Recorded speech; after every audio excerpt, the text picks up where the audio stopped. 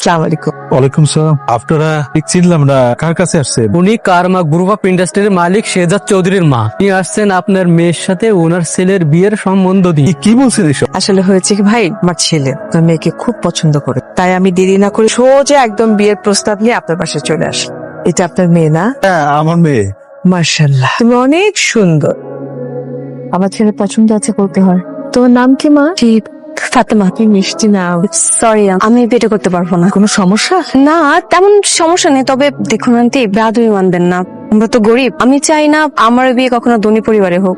আমি সবসময় চাই আমরা যেমন সাধারণ একটা ফ্যামিলিতে আমার বিয়ে হোক। তো আমি ধনী ফ্যামিলিতে বিয়ে করবো না। ঠিক আছে, আসছি। বস্তির একটা মেয়ে হয়ে এরকম বড় লোক ছেলেকে বাদ রেখে মানে সাধারণ একটা গরিব ছেলেকে বিয়ে করতে চায়। ঠিক আছে, তাহলে আমি সাধারণ গরিব ছেলে হয়ে ওকে বিয়ে করবো। মানে কি? মা, এরকম বউ তুমি কই পাবা? তার মধ্যে বিন্দু পরিমাণ লোভ নাই। মানে ও জানে যে আমার এত কোটি কোটি টাকার সম্পত্তি, তারপর আমাকে রিজেক্ট করেছে। মানে লাখে এক পিস। মা, আমি এই মেয়েকে হাতছাড়া করবো না।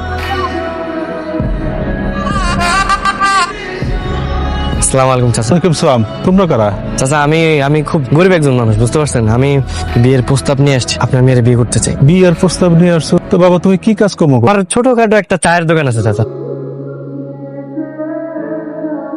এ কি, আপনি এখানে? হ্যাঁ, আমি এই যে আপনার চারের 400 টাকা নিয়ে এসেছি। আরে বাহ, আমি তো প্রথমে ভেবেছিলাম আপনি আমার টাকা মেরে দিবেন, বাট এখন দেখছি আপনি খুবই সৎ একজন মানুষ। তবে তারা এইভাবে আমাদের বাড়িতে কেন? আসলে আমি বিয়ের প্রস্তাব নিয়ে আসছি। আপনাকে প্রথম যেদিন দেখছি সেদিন আমার খুব ভালো লেগে, আমি আপনাকে বিয়ে করতে চাই। বাবা, বুঝতে পারলাম না, আশেপাশ থেকে এত আমার বিয়ের প্রস্তাব আসছে কেন এখন হঠাৎ করে? আমি তো বুঝতে পারতেছি।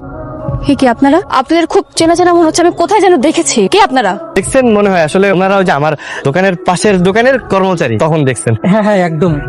মারে, তুই না ওই যে বড় লোকের ছেলের বিয়ের প্রস্তাব ফিরিয়ে দিলি, গরিব ছেলে বিয়ে করবি দেখা। এখন তো গরিব ছেলে আসছে, কি করবি এখন? বাবা, আমি বুঝতে পারছি না আমি কি করব। কেন বুঝতেছেন না? I am really perfect for you.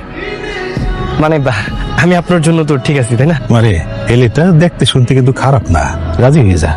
ঠিক আছে, আমি আপনার প্রস্তাবে রাজি।